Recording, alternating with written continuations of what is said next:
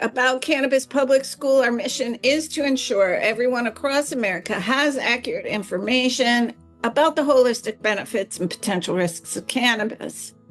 We have a culture of continuous learning and advocacy. We empower the public to lead the way in transforming healthcare. Our goal is to make well-researched, non-pharmacological treatments easily accessible to healthcare consumers. And today's a good example of a non-pharmacological treatment. It's movement. We promote healthcare autonomy and create lifestyle changes that enhance the body's ability to heal, to thrive and heal. We got it in us. The medicine is within us, people. Oh, the joke. It's a funny one. 2 brooms in a closet had a little whisk broom. Strange, because they never swept together. Judi, we are so happy to have you here. So this is one of my top 5 experiences in my life, was going to Judi's farm for her Airbnb. Here's the tents. They're amazingly comfortable. Here's the setting with the mountains in the backdrop. We did sound healing under the stars. It's farm to table food, literally straight from the farm to the table. Walter explains everything, which is true. We did some learning about regenerative farming they do there. It's amazing. We had sessions like juicing. I actually taught a class. We did river rafting. Just, if you can, go on Judi's site and learn about her Airbnb. Contemplative movement sesh with Judi. And Judi, we're ready. So we're going to do an exercise that is called jiggling. Right? And so part of this is based on the fact that like our bodies are mostly fluid, right? So you really are a giant water balloon.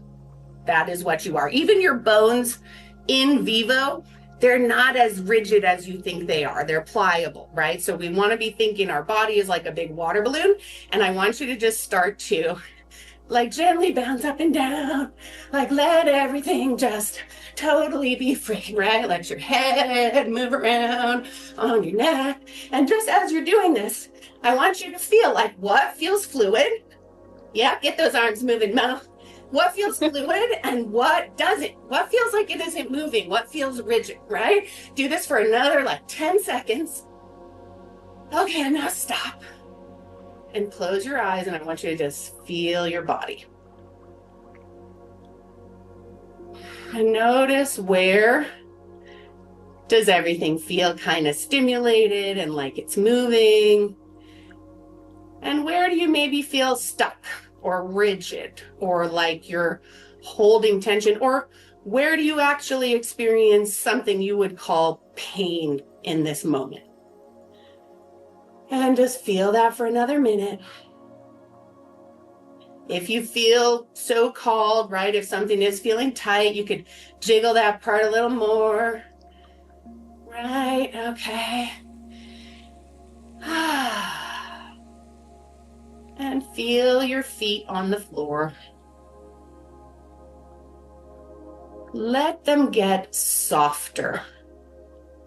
So I want you to actually feel your feet spread out a little bit wider on the floor.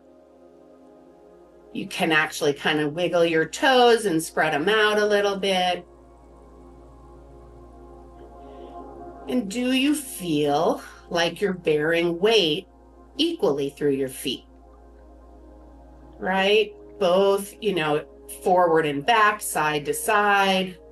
Amount of weight.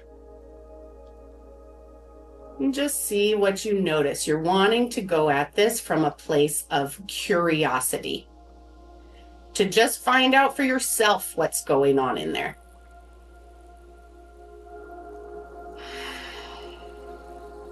And as you're aware of your feet and maybe that there's some differences there, start to bring your awareness up through your calves and your shins, into your knees,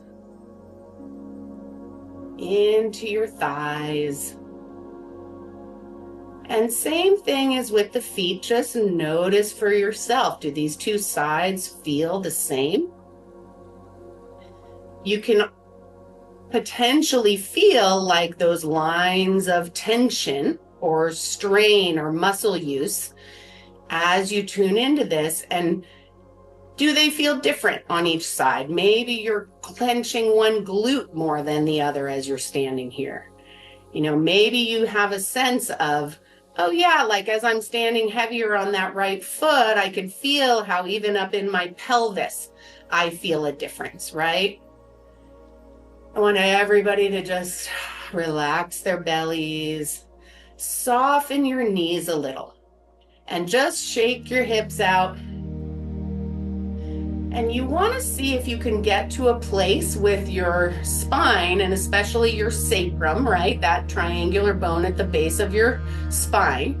Notice how if you lock your knees, what happens to your pelvis, right? What is the position of that sacrum when your knees are straight and locked? Versus if you just soften your knees a little, what happens to that sacrum?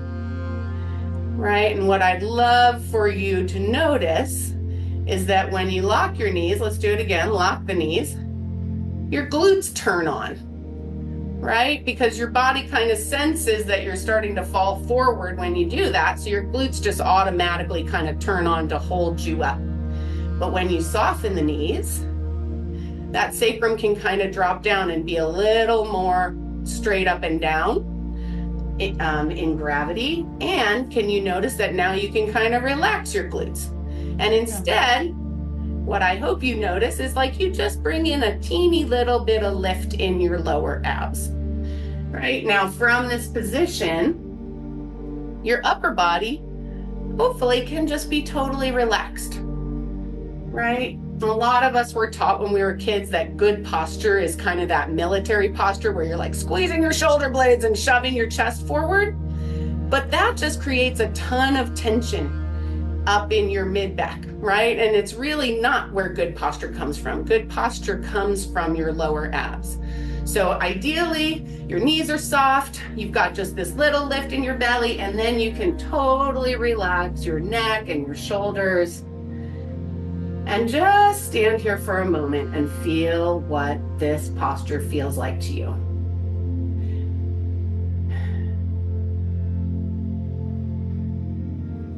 Because a lot of the time, right, we're standing. We don't always get to lie down to feel our body. So I want you to just start from this place in standing, but also recognizing that standing, our brain will just take over and go on autopilot if we're not paying attention, right? And that's one of the reasons why lying down on a mat helps our brain learn new things with movement. Now I want you guys to lie down on your backs. And if you're in a chair, that's fine. Just bring your awareness to these places as we go through it, right? So you can lie here on the floor, and I'm gonna have my knees bent, for now, just because of the space that I'm in. Let's actually everybody start with your knees bent. And start with the feet again. And I want you to do that same thing of letting your feet be very soft and pliable. And just think of like little gecko feet, right? How they like kind of stick to the floor. And just let your feet be nice and soft. Feel your knees pointing up to the ceiling. And I want you to let the weight of your thigh bones settle down into your hip sockets. And actually feel that weight kind of spreading your pelvis a little bit wider across the back. So you're feeling your feet, you're feeling your knees, you're letting your thigh bones settle down into your pelvis. Really let your pelvis soften into what you're lying on. And really relax your belly completely. Sometimes we have a holding pattern where we're clenching and holding tension in our abs and in our bellies. So I want to just invite you to really let your belly relax, and notice as you do that, that your spine actually comes more into contact with your mat just by relaxing this holding in your belly. Same thing here in your solar plexus, this place where your ribs come together in that point, right below your sternum. Take a big breath in there, and then just let your whole rib cage spread out across the mat, getting wider.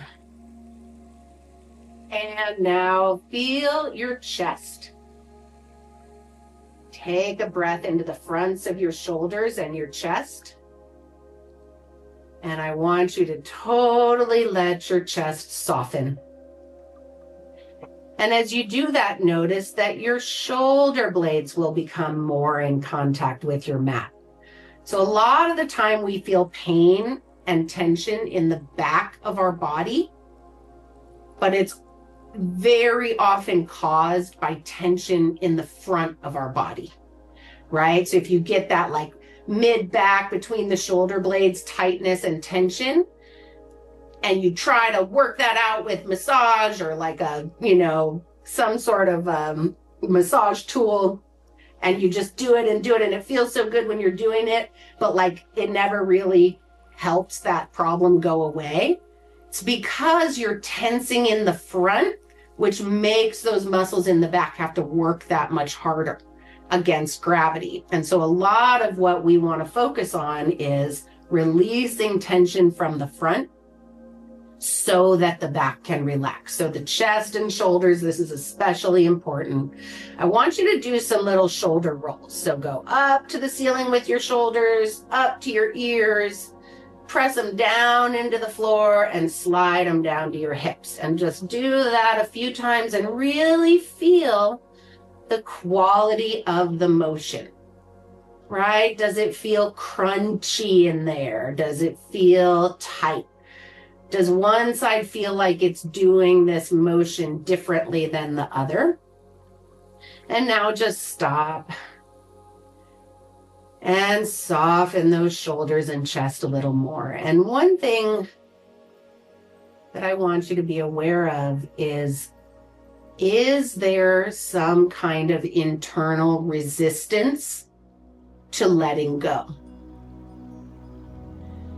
Sometimes things have happened to us in our lives that have caused us to hold tension somewhere in our body as a protection, right? It might be a pain or an injury. It might be an emotional wound or, a way that we've been taught to manage our pain and emotions. And as you're trying to get into your body, sometimes those uncomfortable things come up for you. And in a way that's, maybe you've learned to cope with that by checking out and not feeling. But again, like I said before, if you cannot access what's going on inside, you have no ability to affect it. And so even when it feels kind of scary or painful or uncomfortable, that's actually the juicy stuff. And that's why self-treatment can be so effective, is because you're by yourself. And if you feel like crying or screaming or hitting something, you can, and you don't have to worry what anybody else is thinking about you, right? So I would really encourage you that, whatever you feel is right, is true for you. And it doesn't really matter what anybody else thinks or what anybody else has told you. So just really start to honor your own sensations in your body. And that takes some practice sometimes when you haven't been told that that's an okay thing to do. But I really encourage you to trust your own feelings. So now I want you to move your awareness up into your head. And notice the activity level there inside your head. Does it just the physical sensation of the activity? So feeling your face, can you relax those muscles of your face? And just allow them, if you were like, think of your muscles of your face as pats of butter. And you're lying in the sun and your face is warming and those pats of butter are getting warmer and they're just slowly sliding down the sides of your face. Let those muscles just slide down the sides of your face like melting butter. And then see if you can soften your brain inside your head. And just let it kind of slide towards the back of your head, you know, kind of like a Jell-O mold coming free of the mold, right? The Jell-O is your brain, and it's just sliding towards the back of your skull. And actually, when you can really get the sense of doing this, you know that you're in the right feeling space to be doing work inside your body. And, you know, you might be able to maintain it for 30 seconds and then you find yourself thinking about something else again, and that's okay. Just come back to the Jell-O mold when you notice that you've started to tense up inside your head. Okay, so now I want you to just take a couple nice deep breaths through your whole body, like you're inflating the whole balloon. Let everything soften into your mat. And I want you to notice, can you feel your whole body as one interconnected unit? So just feeling the whole thing at one time from the inside. And if it's hard for you, that's okay. You know, this takes practice. That is why they call it a practice. So just be gentle with yourself. And maybe you can get your awareness inside one finger and start there, right? If you have a lot of body pain, all you might feel is pain. And you might feel those alarm bells start to go off, like, I don't want to feel this. I want to get out of here. If you can, just kind of notice what that voice feels like. Like, what is the quality of that message when your brain sends it down the chain, right? Is it fear? Does it feel like tension? And just notice it as a physical sensation. We want to kind of try to get out of the story of all of our various lifetime of injuries and pains, right? It's more about, in this very moment, what is the sensation that I feel? Let's take one more breath. Maybe you notice that, oh, okay, I can feel the whole thing, but I have some places that are blocked from my awareness. Like, okay, right now I'm noticing, like, I can feel my legs really good. I can feel my feet on the floor. I've got a little bit of clenching going on in my inner thighs. So I'm going to take a breath into that place where I notice the clenching. Can I let that soften? And maybe I can, and maybe I can't, but it's just about noticing that it's there and seeing if I can get my awareness in there to change it for the better. Okay, so from here, what I want you to do is I want you to hike your left top of your pelvis or your left hip up to your left shoulder. So you're just shortening your waist on the left side.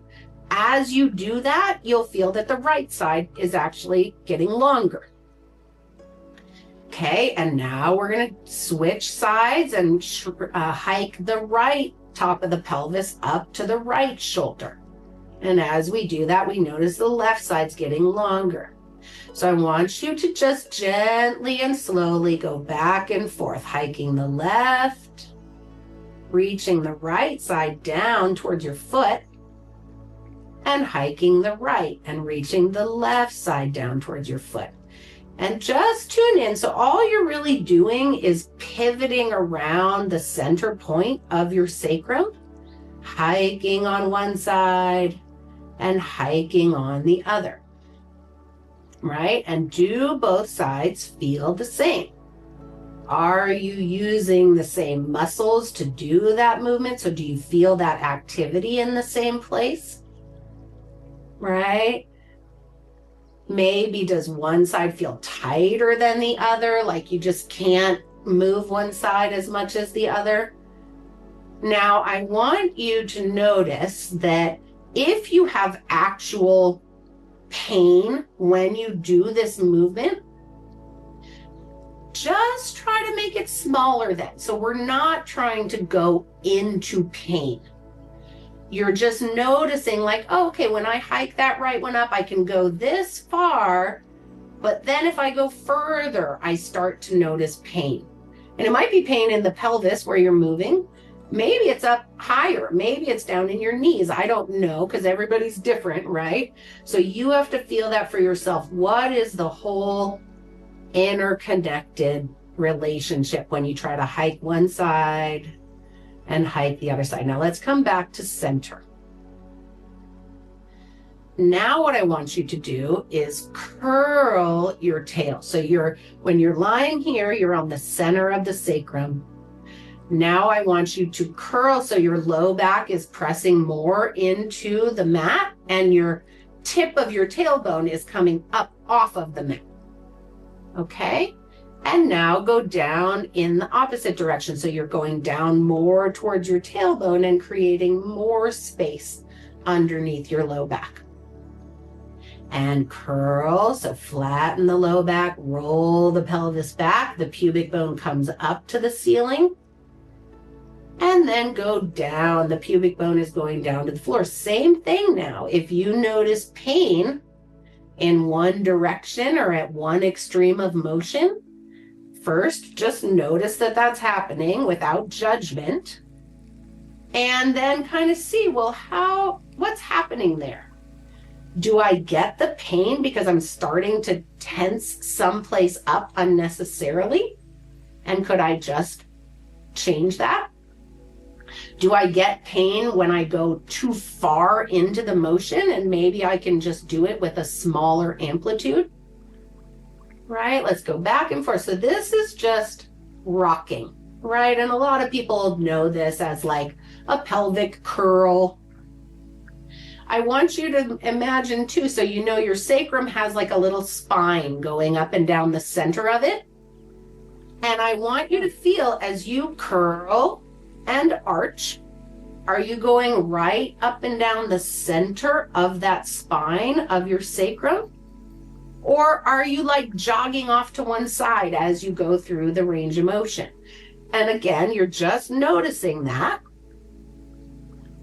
And as you tune in, can you smooth that out a little? Like, what is causing it? Is it that you're using your muscles differently side to side? Is it that you're avoiding a block that you can't move through, and so you jog off to the side to be able to move further, right?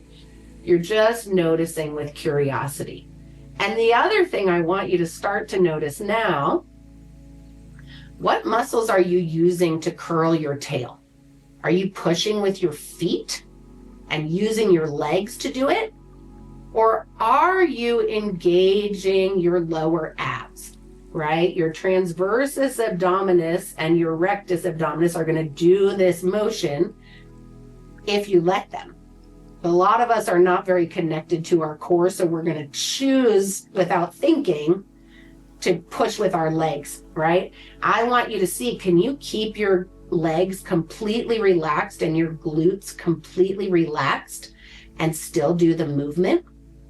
Can you curl your tail just using your abs? So just notice that, because part of what we're noticing is how much control do we even have over our body? Okay. Come to the center point of your sacrum again. So now your pelvis is just in a good neutral position. So now this one we're going to do is maybe the most not common right? This is a movement that we don't do a lot of thoughtfully. And so what we're going to be doing is using our obliques to rotate our pelvis around our spine, right? So I want you to imagine that you have like a face clock, not a digital clock, but a face clock sitting on your pelvis. It's facing up to the ceiling, right? So 12 o'clock is like the top of your sacrum and your belly button. 6 o'clock is your pubic bone and your tailbone. 3 o'clock is the left ASIS, or like that front pointy part of your pelvis, right? That you can feel when you put your hands on your belly. And then 9 o'clock is the right ASIS. Okay. So what we're going to do is right now we're in the center of our sacrums, right? The space, the place where the hands attach to the clock. And what we were just doing with the arching and curling, let's do that again. So as you curl, what you're doing is you think of that clock, you're tipping the clock so that 12 o'clock is pressing into your mat. When we arch, you're tipping the clock so that there's more weight into 6 o'clock. Okay, so that motion, the 12 to 6 o'clock motion that we were just doing, is a common thing that most of us do all the time. Now, we're going to do 3 and 9 of the clock, which is much less common for us to do consciously. So 3 o'clock is the left side again. So what I want you to think of is you're going to press the left back of the pelvis into your mat. The right side will naturally come up to the ceiling. And now we're going to come back to that center point. And now press the right back of the pelvis into the mat. The left side will naturally lift up. You're using your obliques to do this. So again, we're trying to keep the legs out of it, right? Come back to the center point, press down on the left, or you can think of reaching the right side up, whatever works better for you. And then come back to center. And then go to 9 o'clock. You're pressing the right back in, the left lifts up, and back to center. Now, notice what your knees are doing. We want them to just stay pointing up at the ceiling the whole time. So you're trying to just isolate this movement into your pelvis. Let's go 3 o'clock and center, and 9 o'clock and center. And notice as you do it, just start going back and forth at your own pace. All the same things apply, right? So do you feel pain at some point in the movement? Do you feel stuck? Like, oh, I want to go there, but there's something in the way. My body actually doesn't have that range of motion, right? Or is it maybe that your brain does not have a solid connection with those muscles that are trying to do this movement? And so you're sending the message down, like, do this thing, and your body's like, what? I have no idea what you're asking me to do right now. And that's just like a neurological rewiring that has to happen. And again, it just takes time and practice, right? And allowing yourself to not be perfect. So back and forth. And I want you to notice now, are you actually going to 3 and 9, meaning like the exact side points of the clock? Or do you notice that like, oh, actually, maybe I'm going to like 4 o'clock. I'm like dipping down more towards my tail and I can't actually seem to get it to go right to the side. Or like, oh, I'm trying to go over there to 9, but I'm really going to like 11. Right? And this is just going to show you maybe some places where you have some restrictions, either physical or connection wise, right, in your body. And this exercise, it's called the pelvic clock. But now what I want you to do is we're going to go through all the numbers of the clock. And just you want to notice, how is it to do that, right? So first we're just going to curl to 12. That one's pretty easy and common for most people and natural. Now let's go down to 6. And notice again, are you going straight down or are you off to the side somehow? Now, when we come back up, we're going to go to 1 o'clock. 1 o'clock is just to the left of 12, right? So it's maybe more like at your SI joint.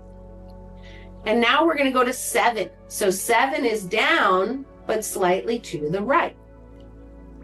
And come back up through that center point and go to 2 o'clock. And then 8 o'clock, down and on the right. And now we're going to go to 3, right, which we were doing. And over to 9. And down to 4 on the left. And curling a little up to 10 o'clock on the right. Down to 5 on the left. This is just to the left of your tailbone. And curling up to 11 o'clock, which is like your right SI joint.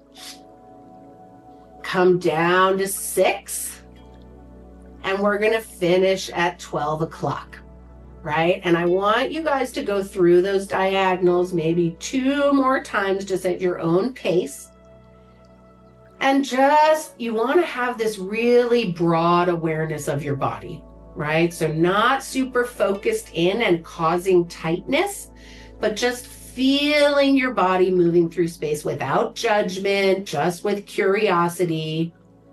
Like, oh, isn't that interesting that when I try to go to 8, I just can't find 8, and I can just go to 9, and I just can't find 8 o'clock. Or like, oh, look at that. When I'm doing the bottom half of the clock, I'm arching my ribs way up and clenching up my shoulders. Like, oh, maybe I could just let that stuff stay uninvolved in the motion and just focus it down in my pelvis, right? Okay, good. So now let's come back to the center of the clock.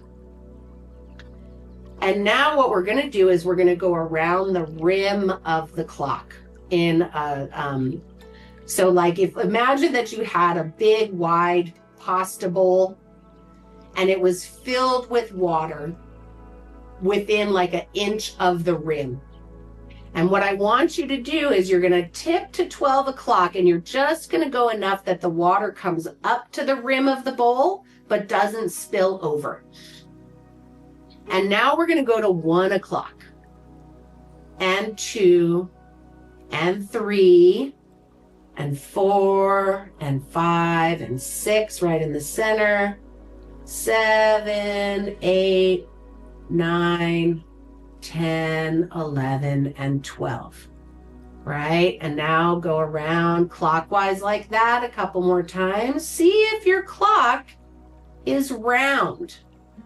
Or do you notice that like, oh, my left side of my clock is very round, but then I have to kind of cut off the right side to get around because I don't have that range of motion or I don't have that awareness.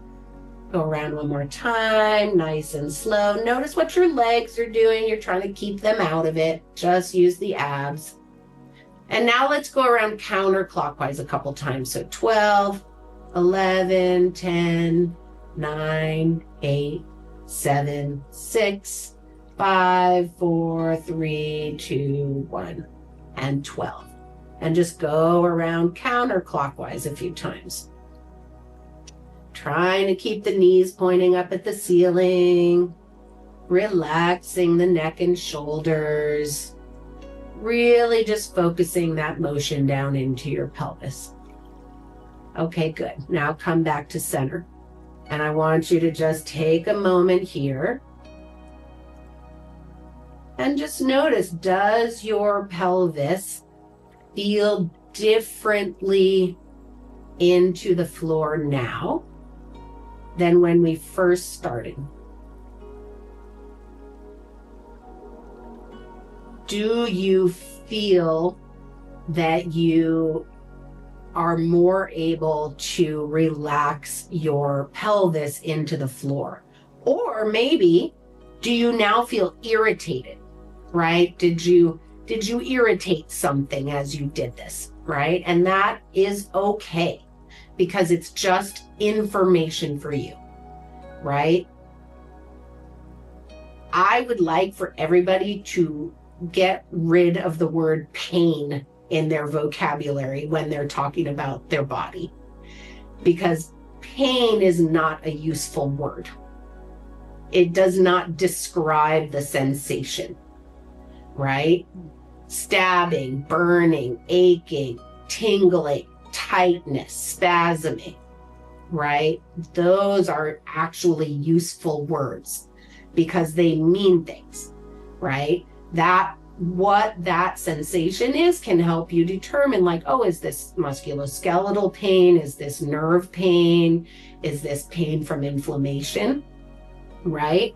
And that is actually useful. So whenever you start to kind of feel yourself be like, oh, that hurts, and tighten up around it, see if you can shift that conversation to being like, oh, wait, what is that sensation actually? Oh, okay, it kind of feels like tingling, but oh, if I actually take a breath and soften into that, that tingling reduces, right? Or maybe it doesn't. But again, you're just, rather than hearing in your mind pain and shutting down and blocking it, which is a coping mechanism that most of us have learned, instead sort of hold it with curiosity. Like, oh, tell me more about that, body. What is it that you need from me to help that, right? And sometimes what that might be is applying a little pressure, right? With your hands. I like to use a lot of balls for self-massage. And a lot of that is that pressure is helping your brain focus on a certain part of your body. So many of us, if you have low back pain, it's very often caused by tightness and restriction in your hip flexors, right? Your psoas and your iliacus. And so right now, if you can, I want you to take your fingers and just to one side of your belly button, right? So like if you were to draw a line from your belly button to your ASIS, your pointy pelvis bone here, right in the center of that line, I want you to put your fingers, and you're just going to apply a little pressure. And if you can, kind of move around. Some of you, especially those who sit a lot, desk jobs are notorious for this, or drive a lot, you may find if you poke around in there a little bit that there is like a hard, tight spot. And some of you might even be able to feel like a little reflection of that pressure as an ache or some kind of like a broad sensation in your low back.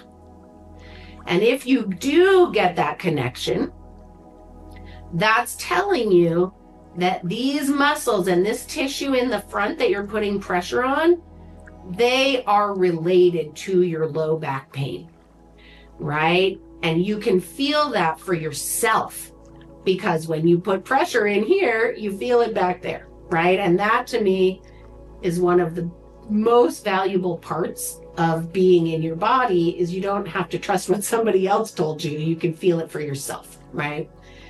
Now, in myofascial release, we're working with the connective tissue and the collagen fibers that are like one of the main components of fascia. They're tough and thick, right? They take time to get them to lengthen and soften. And so generally, we're going to always hold this pressure for a minimum of 90 seconds to 2 minutes. And so that's often where the balls or other tools come in, because doing that with your fingers for 90 seconds can feel like a really long time.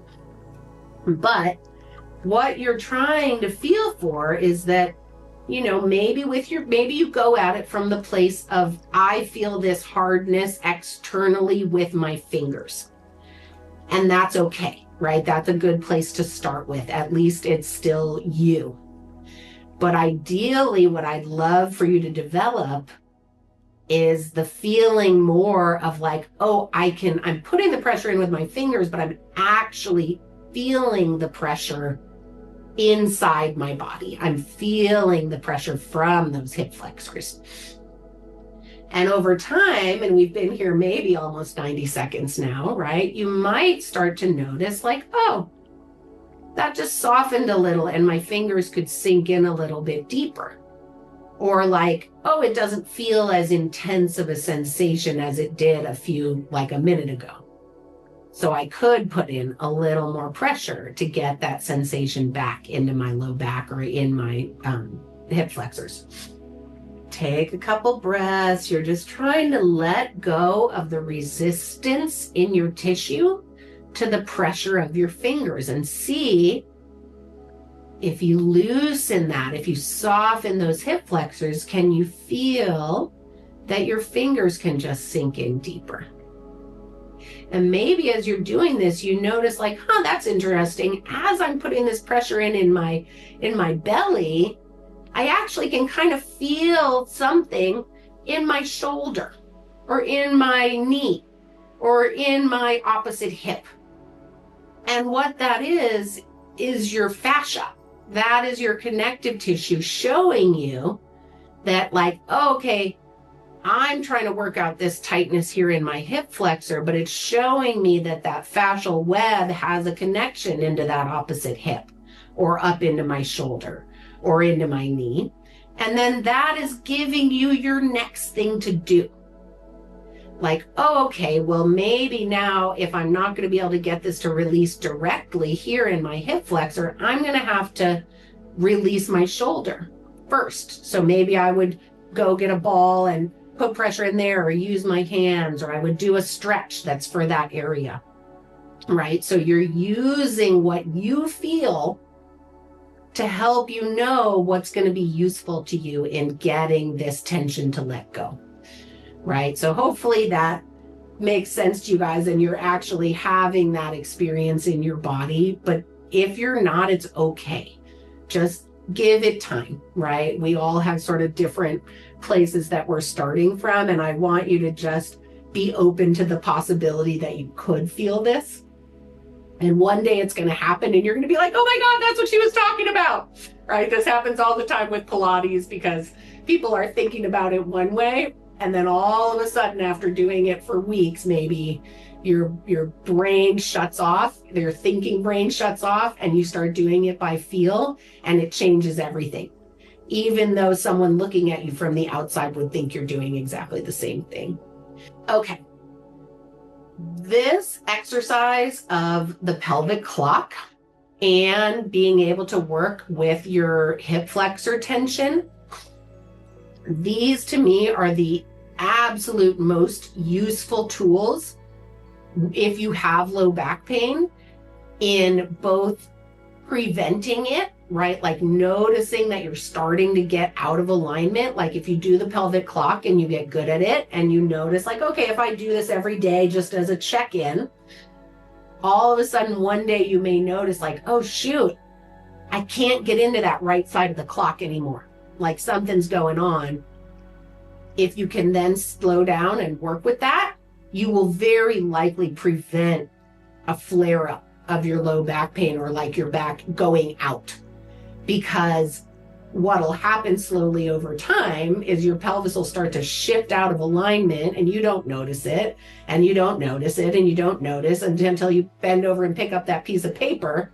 And you're like, oh my God, all I did was pick up this piece of paper. But it's like, no, your pelvis was like doing this unstable shift for weeks, possibly based on like daily activities. And the paper was just the straw that broke the camel's back. But what we want is we just want to try to daily practice, keep it in good alignment, right? And you'll notice this, that it changes when you do the clock as your pelvis starts to shift out of alignment. Okay, well, I think we can wrap up. I think that's some little seeds that people can, work with on their own, I hope.